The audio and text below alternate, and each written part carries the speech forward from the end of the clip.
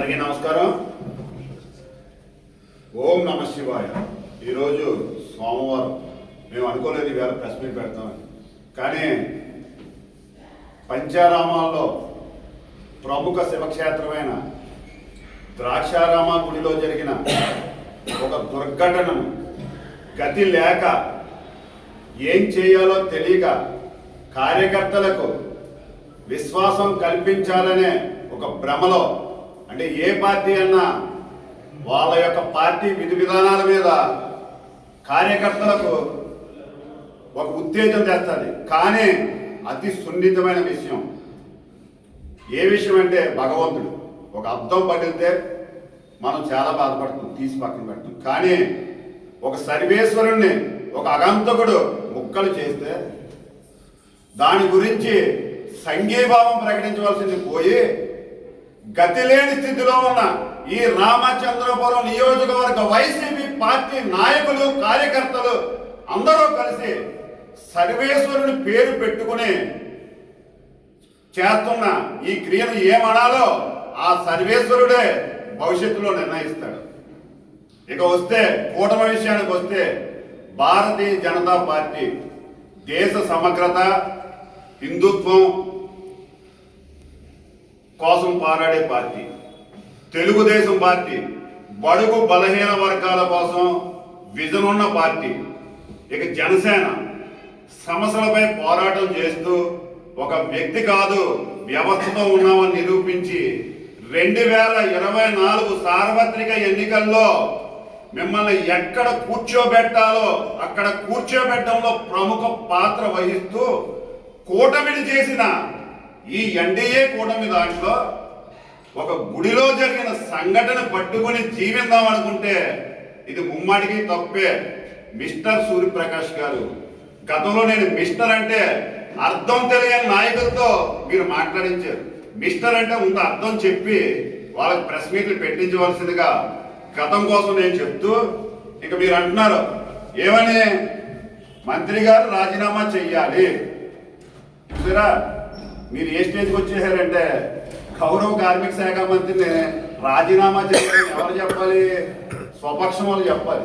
కానీ మీకు మతి భ్రమించిందనుకోవాలో, మరి ఈ దేవుణ్ణి అడ్డెత్తున్నందుకు ఆ భగవంతుడే మీతో అలా మాట్లాడిస్తున్నాడో తెలియదు. కానీ మీరు మా మంత్రి గారిని రాజీనామా చేయమని చెప్తున్నారు. ఇది చాలా విచిత్రమైన సంఘటన. అభివృద్ధి లేదంటున్నారు. ఒక్కసారి మీరు మాతో సహకరిస్తే, ఎందుకంటే మీరు ఒక ప్రతిపక్ష నాయకుడు అని చెప్పుకునే హోదాలో ఉన్నారు కాబట్టి, ఎందుకంటే అది మాకు కనబడతలేదు. ఇక్కడ సంఘటన జరిగితే ఈ సంఘటన మీద ఒక పక్కన చలబోని వేణు గారు మాట్లాడతారు, ఆ పక్క రాజమండ్రి నుంచి, ఈ పక్క నుంచి తోట త్రిమూర్తులు గారు మాట్లాడతారు, వెనకాల నుంచి ఎక్కడెక్కడి నుంచి వచ్చిన నాయకులు మాట్లాడతారు. కానీ మీరు ఎప్పుడు మాట్లాడతారో వీళ్ళందరూ మాట్లాడిన తరువాత మాత్రమే మాట్లాడుతున్నారు. అందుకే మీరు మాతో వస్తే మీ సార్వత్రిక ఎన్నికల్లో మీ ఓటమి మా గెలుపు తర్వాత ఈ రామచంద్రపురం నియోజకవర్గంలో గౌరవ కార్మిక శాఖ మంత్రి వారి సంక్షేమం పక్కన పెడదాం, ప్రభుత్వం పైకి వస్తుంది కాబట్టి ఏం అభివృద్ధి చేశారో, ఎక్కడెక్కడ కాలినడకన మీరు వచ్చినా ఏ రోడ్లు వేసారో, ఏ పనులు చేశారో మేము స్వయంగా మేము ప్రతిపక్షం అనుకుని గౌరవిస్తూ మా కూటమి నాయకుల వెంట తీసుకుని మేము నిరూపిస్తాం. దానికి మేము సిద్ధం. మీరు సిద్ధమైతే మా సవాల్ని వినయంగా స్వీకరించండి.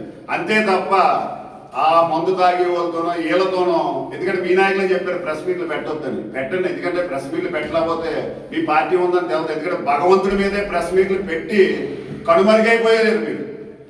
ఏంటి సార్ మీరు అంటున్నారు ఇంకోటి, ఏమంటున్నారు, అసలు ఆర్కియాలజీ డిపార్ట్మెంట్ అనుమతి తీసుకున్నారా అని. ఇక్కడికి వచ్చిన అధికారి ఎవరో సీనియర్ కన్జర్వేషన్ అసిస్టెంట్. అంటే ఆయన ఉభయ గోదావరి జిల్లాల్లో ఉన్న ఇడిపోయాం మనం.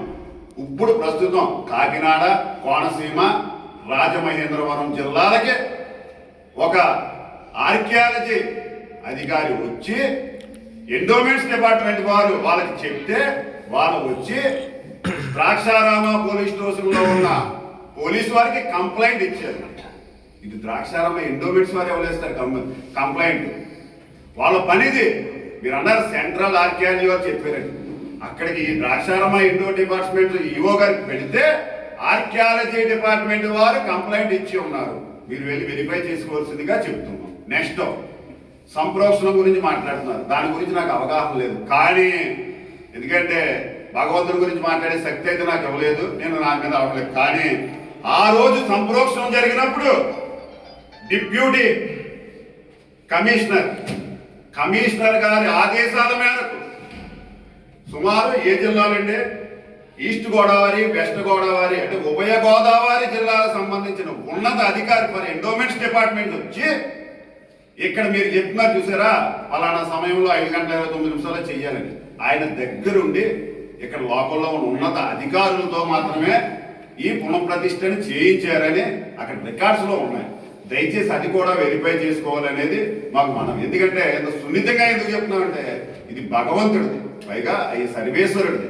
ఆ విషయాన్ని మేము రాజకీయం దయచేసి చేసుకోలేదు. కానీ మీరేమంటున్నారు, బాబు అయ్యా వాసంశెట్టి సుభాష్ గారు మీరు చాలా వెనకబడి ఉన్నారు, మరి మా పరిస్థితి ఏంటి అంటున్నారు.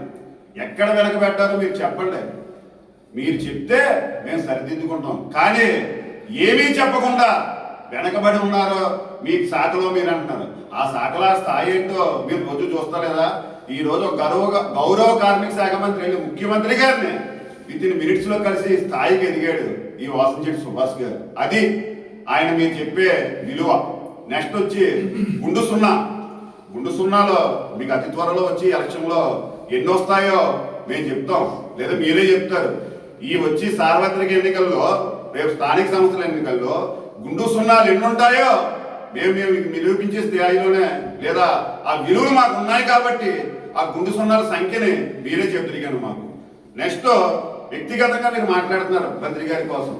ఏమిటి అభివృద్ధిలో గుండు సున్నా, బహిరంగ క్షమాపణ. ఆయన ఆల్రెడీ చెప్పాడు కదా, ఏమని చెప్పారు, మేము కనుక ద్రాక్షారామ సర్వేశ్వరుడి గుడి విషయంలో తెలుసో తెలియక ఏమన్నా తప్పులు చేస్తే మీరు వచ్చి మాకు చెప్పండి, మేము సరిదిద్దుకుంటాం అని ఒక రాష్ట్ర కేబినెట్ గౌరవ కార్మిక శాఖ మంత్రి శ్రీ వాసంశెట్టి సుభాష్ గారు చెప్తే అప్పుడు మీ చెవులు విన్నాయో లేదో, కానీ ఇక్కడున్న పత్రికా విలేకరులు సోదరులను అడిగితే మీకు చెప్తారు.